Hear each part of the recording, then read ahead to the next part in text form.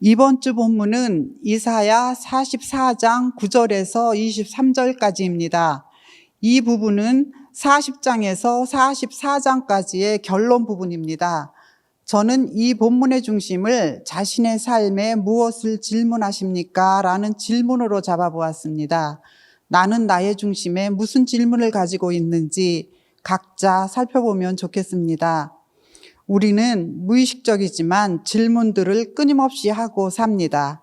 어떻게 하면 돈을 더 벌 수 있나? 어떻게 하면 더 예쁘게 보일까? 어떻게 하면 내 자식을 더 잘 키울 수 있을까? 등등. 이 무의식적으로 매여 있는 질문들이 결국 우리의 삶을 만들게 됩니다. 그런데 남은 자들은 그 중심 질문이 하나님과 나와의 관계입니다. 어떻게 하면 하나님을 더 잘 알고 하나님과의 관계가 더 깊어질 수 있을까 하는 그 질문을 가진 자가 남은 자가 되는 것입니다. 이것이 40장에서 44장까지의 흐르는 주제입니다. 39장까지의 선지자의 목소리가 40장부터는 없어지고 이제 하나님께서 직접 개입하셔서 선포하십니다. 내가 직접 너에게 말한다 하시는 나와 너와의 관계로 말씀하십니다. 하나님과 관계 속에 들어가면 우리는 두려워질 것 없는 종말성을 누립니다. 다른 말로 하면 너가 나를 안다면 너는 근원적인 안식을 누리게 된다. 왜냐하면 세상의 삶의 모든 것은 실패한다 해도 하나님을 안다면 끝은 영광이 되기 때문입니다. 하나님과 하나 되는 자리로 들어가니까요. 그럼 먼저 40장부터 간단히 복습을 하겠습니다. 1절 시작이 너희의 하나님이 이르시되 너희는 위로하라 내 백성을 위로하라 말씀하십니다. 내 백성, 멸망과 포로 기간이 끝나고 지금 남아있는 자들입니다. 그 남아있는 자들 중에서 남은 자들이 세워집니다. 물론 하나님의 가슴은 모두를 남은 자로 세우시기 원하셔서 남아있는 모든 백성을 위로하라. 그래서 그들이 남은 자가 되도록 하라 하십니다. 이것이 40장부터 시작해서 오늘 본문 말씀까지 하나님이 말씀하시는 주제입니다. 10절에 내가 이제 임한다 다스린다 상급이 그에게 있고 보응이 그의 앞에 있다. 포로 기간 동안 남아있는 자가 된 너희들에게 이제 하나님이 어떻게 개입하시는지 바라보라 하십니다.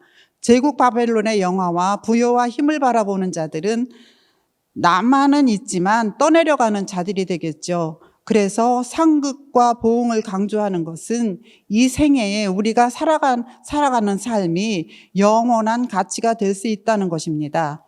지금 내가 여기서 바벨론을 선택한다고 하면 돈은 더 벌 수 있고 더 좋은 차, 집을 살 수 있지만 그것은 지나가는 것이니까 끝나버리는 가치입니다. 그런데 이 바벨론에서 하나님을 구하고 하나님과 관계가 깊어지는 자는 이 생에 사는 삶이 영원한 가치를 창조한다는 삶이 되는 것입니다. 41장으로 가면 누가를 3번 부르짖으시고 나 여호와다 내가 처음이요 나중이요 내가 그다 라고 3번 또 강조하시고 그리고 너는 나의 종이고 내가 택한 자이며 나의 벗이다 라고 또 3번 강조하신 후에 내가 너를 땅끝에서 부르고 모퉁이에서 부르고 내게 이르기를 너는 나의 종이라 내가 너를 택하고 실어 버리지 않았다 두려워 말라 내가 너와 함께한다 내가 너의 하나님이다 너를 굳세게 한다 도와주리라 나의 의로운 오른손으로 너를 붙들리라. 이렇게 해서 하나님은 하나님과 이 남은 자들의 관계의 회복을 선포하고 있습니다. 이것을 위해서 너희가 포로된 거고 너희가 남아있는 것이다. 그러니 너희는 나와의 관계를 회복하자 말씀하십니다. 13절 14절을 보면 나 너의 하나님이 내 오른손을 붙들고 내게 이르기를 두려워 말라 내가 너를 돕는다 너희가 벌레 같아도 두려울 것 없다. 왜? 내가 너를 돕는다. 내가 너를 구속한 거룩한 이이기 때문이다 하십니다. 43장. 야곱아, 너를 부르신 너를 지으신 여호와께서 말한다. 두려워 말라. 내가 너를 구속하여 지명하여 불렀나니 너는 내 것이라. 나는 내 하나님이요 이스라엘의 거룩하니요 내 구원자요. 내가 애굽과 구스와 스바를 내 속량물로 주었다. 이렇게 하나님에게 이 남은 자들이 얼마나 소중한 존재인지 선포하시는 것입니다. 또 10절에 나 여호와가 말한다. 너희는 내 증인이요 나의 종이다. 남은 자들을 내 증인, 내 종으로 세우기 위해서 나를 알고 믿고 깨닫게 하려 함이라. 그러면서 나의 전에도 나의 후에도 다른 신은 없다. 나는 여호와라. 나 외에 구원자가 없고 나를 막을 자 없다. 그러니 너희는 이제 종교를 넘어서서 나를 믿고 나와 함께하는 자들이 되어라 라고 하시는 남은 자들을 향한 부르심이십니다. 이제 44장에 들어오면 그 포로 기간을 지나 이스라엘의 남은 자들아, 헛된 바벨론, 우리로 말하면 세상의 종이 되지 말고 하나님이 종이 되어라. 또 나만이 하나님이다. 나 외에 다른 신이 없다라는 것을 강조하십니다. 세상의 우상과 다른 유일하신 하나님은 제국의 힘과 세력을 세우는 게 아니라 정의와 평화를 세우는 하나님이다 라고 말씀하십니다. 44장 시작하자마자 나의 종, 나의 야곱, 내가 택한 이스라엘아. 그리고 2절 다시 반복해서 나의 종 야곱, 내가 택한 여스루나 하며 이스라엘을 친밀하게 부르십니다. 그 가운데 내가 너를 만들고 너를 지었고 너를 도와줄 여호와다 하십니다. 그러니까 하나님의 도우심으로 남은 자로 세움을 받는 것이지 남은 자들 스스로의 능력이 아닙니다. 남은 자들을 도우시는 하나님을 오로지 의지하는 자들입니다. 그러면서 자신을 이스라엘의 왕, 구원자, 그리고 만군의 여호와 이렇게 삼중으로 강조하십니다. 나는 처음이요 마지막이라. 나 외에 다른 신이 없다. 그러면서 두려워 말고 겁내지 말라. 너희는 듣고 알지 않았느냐. 이 역사는 하나님의 경륜이다. 그러므로 너는 나의 증인이다. 그러면서 이 남은 자들에게 묻는 거예요. 나 외에 다른 신이 있냐?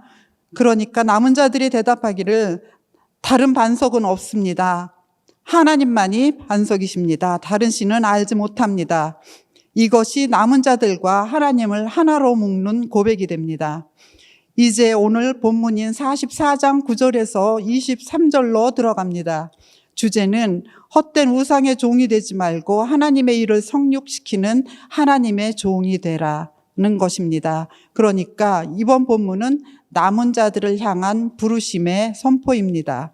첫 단락 9절에서 20절은 인간이 만들고 섬기는 우상 숭배함과 어리석은 거짓을 대적하라입니다. 바벨론의 화려함과 풍요와 다양한 종교들의 현란함 속에 이들이 살고 있지만 그건 다 사람이 만든 거잖아요. 그러니까 겉만 보는 자들의 세계에서는 바벨론은 화려하기 짝이 없지만 너희는 본질을 보는 자들이 되어라 하는 말씀입니다. 그래서 9절 우상을 만드는 자는 다 허망하도다. 그들이 원하는 것들은 무익한 것이오늘 그들의 증인들은 보지도 못하며 알지도 못하니 그러므로 수치를 당하리라. 수치가 뭘까요? 여러 가지가 있지만 수치의 핵심적인 의미는 관계 불가능입니다. 만약 내가 나를 부끄러워하면 어느 누구와도 정정당당하게 관계를 맺을 수가 없게 됩니다. 그러므로 하나님과의 관계는 물론 더 안 되는 것이겠죠. 그러니 하나님과 관계를 누리는 남은 자들은 이 수치 가지고 있지 않을 것입니다. 10절 신상을 만들며 무익한 우상을 만들어 부어 만든 자가 누구냐? 보라, 누군지 좀 봐라 하는 것이 들어가 있습니다. 11절 보라, 그와 같은 무리들이 다 수치를 당할 것이라. 그 대장장이들은 사람일 뿐이라. 그들이 다 모여 서서 두려워하며 함께 수치를 당할 것이니라. 대장장이들이 모여서 함께 선다. 전쟁 시 힘을 다해 전쟁 준비해도 두려워하고 수치를 당한다 하십니다. 지금까지 수치가 3번 나옵니다. 인간이 도모하는 일은 아무리 좋아 보이고 멋있어 보여도 끝은 결국 수치를 당한다는 것입니다. 스스로 부끄럽고 스스로 한할 그대로가 되는 것입니다. 12절 철공은 철로 연장을 만들고 숯불로 일하며 망치를 가지고 그것을 만들며 그의 힘센 팔로 그 일을 하나 배가 고프면 기운이 없고 물을 마시지 아니하면 피로하니라. 철공은 연장 숯불 힘센 팔로 만들지만 못 먹으면 허기져 기운 없고 못 마시면 피로해진다. 무기 만드는 사람들이잖아요. 멋있고 강한 걸 만드는 것 같지만 인간의 한계가 빤하다는 것입니다. 13절 목공은 줄을 느려 재고 붓으로 긋고 대패로 밀고 곡선자로 그어 사람의 아름다움을 따라 사람의 모양을 만들어 집에 두게 하며. 우상이란 건 사람을 흉내낸 것입니다. 신이라고 만들어도 결국은 사람이 만든 것이니 사람보다 못하겠죠. 14절 그는 자기를 위하여 백향목을 베며 디르차 나무와 상수리 나무를 취하며 숲의 나무들 가운데서 자기를 위하여 한 나무를 정하여 나무를 심고 비를 맞고 자라게도 하느니라. 그 우상을 만들 나무는 사람이 선택했거나 사람이 기른 것입니다. 그러니까 사람보다 못하겠지요. 사람에게 종속된 것입니다. 15절 이 나무는 사람이 땔감을 삶는 것이오늘 그가 그것을 가지고 자기 몸을 덮게도 하고 불을 피워 떡을 굽기도 하고 신상을 만들어 경배하며 우상을 만들고 그 앞에 엎드리기도 하는구나. 나무는 땔감이죠. 난방하거나 요리할 때 쓰는. 본질적으로는 그 나무나 그 신상을 만든 나무가 다 같다는 것입니다. 그런데 모양을 다르게 만들었다고 거기에 경배하고 절하는 어리석은 짓을 해서는 안 된다 하는 것입니다. 16절 17절 그 중에 절반은 불에 사르고 그 절반으로는 고기를 구워 먹고 배불리며 또 몸을 덥게 하여 이르기를 아하 따뜻하다 내가 불을 보았구나 하면서 그 나머지로 신상 곧 자기의 우상을 만들고 그 앞에 엎드려 경배하며 그것에게 기도하여 이르기를 너는 나의 신이니 나를 구원하라 하는도다. 인간이 만든 것이 어떻게 구원하겠습니까? 사람이 아무리 힘이 세도 자기 자신을 들 수 없듯이 인간이 인간 구원 못합니다. 그래서 왜 이런 어리석은 짓을 하느냐 하는 얘기가 18절에서 20절까지 나옵니다. 18절 그들이 알지도 못하고 깨닫지도 못하면 그들의 눈이 가려서 보지 못하며 그들의 마음이 어두워져서 깨닫지 못함이니라. 마음에 생각도 없고 지식도 없고 총명도 없으므로 내가 그것의 절반을 불사르고 또한 그 숯불 위에서 떡도 굽고 고기도 구워 먹었거늘 내가 어찌 그 나머지로 가증한 물건을 만들겠으며 내가 어찌 그 나무 토막 앞에 굴복하리요 말하지 아니하니. 우상을 만드는 이유는 본질을 보지 못하기 때문입니다. 예수님께서 요한복음 3장 3절에 사람이 거듭나지 아니하면 하나님 나라를 볼 수 없다 말씀하십니다. 거듭나지 않으면 본질계가 안 보인다 하십니다. 그래서 거듭나지 아니한 사람은 마음에 생각도 지식도 총명도 없다. 같은 나무로 가증한 물건을 만들어서 어찌 그 앞에 굴복하리요 라고 말하지 아니하고 다시 말해서 어리석은 짓을 하면서 스스로 질문도 안 한다 말씀하십니다. 왜 그럴까요? 본질을 못 보고 현상만 보기 때문입니다. 20절 그는 죄를 먹고 허탄한 마음에 미혹되어 자기의 영혼을 구원하지 못하며 나의 오른손에 거짓 것이 있지 아니하냐 하지도 못하느니라. 헛되고 거짓된 것을 하면서 이것이 헛되고 거짓된 것이 아니냐 하는 질문을 못합니다. 그래서 이 인간계의 문제는 이 본질에 대한 질문을 못한다는 겁니다. 학력이 높든 낮든 재산이 많든 적든 똑같은 인간 아니냐, 외모가 이렇든 저렇든 똑같은 인간 아니냐, 이 모든 건 조건 상황의 문제인데 본질에서는 똑같은 인간입니다. 그러면 인간됨의 가장 중요한 것은 상황 조건이 아니라 인간의 본질임을 알 수 있습니다. 본질이 중심입니다. 본질, 즉 하나님과의 관계입니다. 이제껏 하나님께서 남은 자들에게 말씀하셨습니다. 너희는 보배롭고 존귀하고 너를 남은 자로 세우게 만들기 위해서 나는 이 인류의 역사를 너의 속량물로 내주었다. 그러므로 이 남은 자리에서 떠내려가지 말고 나의 남은 자가 되어라. 21절과 22절은 하나님의 네 번째 선포입니다. 또한 40장에서 44장까지의 총 결론입니다. 야곱아 이스라엘아 이 일을 기억하라. 너는 내 종이니라. 내가 너를 지었으니 너는 내 종이니라. 이스라엘아 너는 나에게 잊혀지지 아니하리라. 내가 내 허물을 빽빽한 구름같이 내 죄를 안개같이 없이 하였으니 너는 내게로 돌아오라. 내가 너를 구속하였음이니라. 21절은 이 일을 기억하라입니다. 너는 내 종이다. 너는 내 종이다. 앞뒤로 말씀하시면서 내가 너를 지었으니 너는 잊혀지지 않는다. 나에게 잊혀지지 않는다 하십니다. 자식을 버리는 부모가 있겠습니까? 그러니까 하나님이 나를 잊지 않는다, 기억한다는 것은 나는 영원하고 무한하다는 것입니다. 하나님과 하나가 될 때 영원 무한한 내가 피어나는 만큼 나는 하나님을 누리는 하나님과의 관계 속의 존재가 되는 것입니다. 22절 중심은 너는 내게로 돌아오라입니다. 왜? 나를 구속한 것이 창조와 섭리, 경륜의 목적을 회복하는 것입니다. 우리가 타락하고 불순종했음에도 불구하고 우리 스스로 질문을 던지고 내 삶이 진정으로 원하는 것이 무엇인지, 나는 이 짧은 생애 속에서 진정으로 피우고 싶은 것이 무엇인지 본질적인 질문을 던짐으로 말미암아 우리가 하나님께로 자원함으로 돌아왔을 때 하나님과 하나가 되고 하나님을 누리는 자들이 됩니다. 우리는 하나님의 구속하심을 살 수 있습니까? 다시 말해서 세상의 종이 아니라 하나님의 종으로 살 수 있는가 하는 것입니다. 내가 세상에서 얼마나 성취했고 성공했느냐가 아니라 내 삶이 얼마나 하나님을 성육시키고 있는지, 하나님을 나타내고 있는지 하는 것입니다. 물론 여기에서 성취 성공은 중요한 것이 아니다, 나쁜 것이다 이런 말이 아닙니다. 그저 게임으로 즐기면 됩니다. 그 게임에서 이겼다고 오만하거나 그런 것이 아니라 그 이긴 즐거움을 함께 나누는 것입니다. 세상은 winner takes all이지만 하나님을 아는 사람은 winner shares all입니다.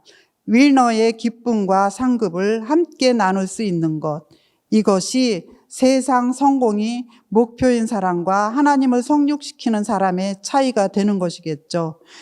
23절 여호와께서 이 일을 행하셨으니 하늘아 노래할지어다, 땅의 깊은 곳들아 높이 부를지어다, 산들과 습과 그 가운데 모든 나무들아 소리내어 노래할지어다. 여호와께서 야곱을 구속하셨으니 이스라엘 중에 자기의 영광을 나타내실 것이미로다. 남은 자들을 통해서 이제 하나님이 자기 영광을 나타낼 것이고 그 영광을 만난 자들의 찬양이 피어납니다. 그러니까 참 이스라엘은 이제 남은 자들이고 그들은 구속받은 자들이고 그들은 하나님의 영광을 성육시키는 자들이고 그러므로 하나님의 종이 되는 것이고 이 모든 것이 창조의 목적이 완성되는 것입니다. 찬양은 즐거워 노래하는 것입니다. 그러니까 하나님을 즐거이 노래하는 사람의 영혼, 그 심령과 그 삶은 얼마나 복되고 강건하고 아름답겠습니까? 이 본문의 주제는 눈으로 보면 탐나고 원하고 가질 것이 많은 화려하고 풍요롭고 현란스러운 종교의 바벨론.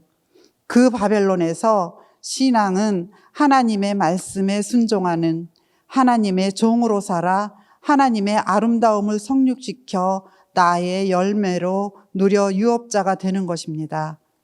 적용은 하나님을 성육시키기 위한 삶을 살기 위한 필수 조건은 스스로 19절에 말하지 아니하니 20절에도 질문도 못하느니라. 스스로 질문하여 스스로 하나님을 선택할 때에 하나님의 신성이 부어져 남은 자들로 피어나는 것입니다. 하나님의 아름다움과 하나님의 사랑과 그 신비를 내가 누리기를 원합니다. 하나님을 더 알고 하나님과 더 깊은 관계에 들어가기를 구하고 찾고 두드리는 삶이 조금이라도 피어나는 우리 모두가 되기를 바랍니다. 하나님의 말씀을 낭독함으로 마감합니다. 야곱아, 너를 창조하신 여호와께서 지금 말씀하시느니라. 이스라엘아, 너를 지으신 이가 말씀하시느니라. 너는 두려워하지 말라. 내가 너를 구속하였고 내가 너를 지명하여 불렀나니 너는 내 것이라. 내가 물 가운데로 지날 때에 내가 너와 함께할 것이라. 강을 건널 때에 물이 너를 침몰하지 못할 것이며 내가 불 가운데로 지날 때에 타지도 아니할 것이요 불꽃이 너를 사르지도 못하리니 대저 나는 여호와 내 하나님이요 이스라엘의 거룩하니요 내 구원자임이라. 내가 애굽을 너의 속량물로 구스와 스바를 너를 대신하여 주었노라. 너는 알지 못하였느냐 듣지 못하였느냐 영원하신 하나님 여호와 땅끝까지 창조하신 이는 피곤치 아니하시며 곤비하지 않으시며 명철이 한이 없으시며 피곤한 자에게는 능력을 주시며 무능한 자에게는 힘을 더하시나니 소년이라도 피곤하며 곤비하며 장정이라도 넘어지며 쓰러지되 오직 여호와를 앙망하는 자는 새 힘을 얻으리니 독수리가 날개치며 올라감 같을 것이요 다른 박질하여도 곤비하지 아니하겠고 걸어가도 피곤하지 아니하리로다. 나눔 가이드, 자신의 삶에 무엇을 질문하십니까? 나누어 보십시오. 기도하시겠습니다. 하나님, 이 자리까지 인도해 주셔서 감사합니다. 이제 우리 모든 성도님들이 우상의 종교를 넘어 존재가 피어나 땅의 삶을 살지만 하늘 삶이 시작되는 시간을 맞이합니다. 도우시는 예수님의 이름으로 기도합니다. 아멘.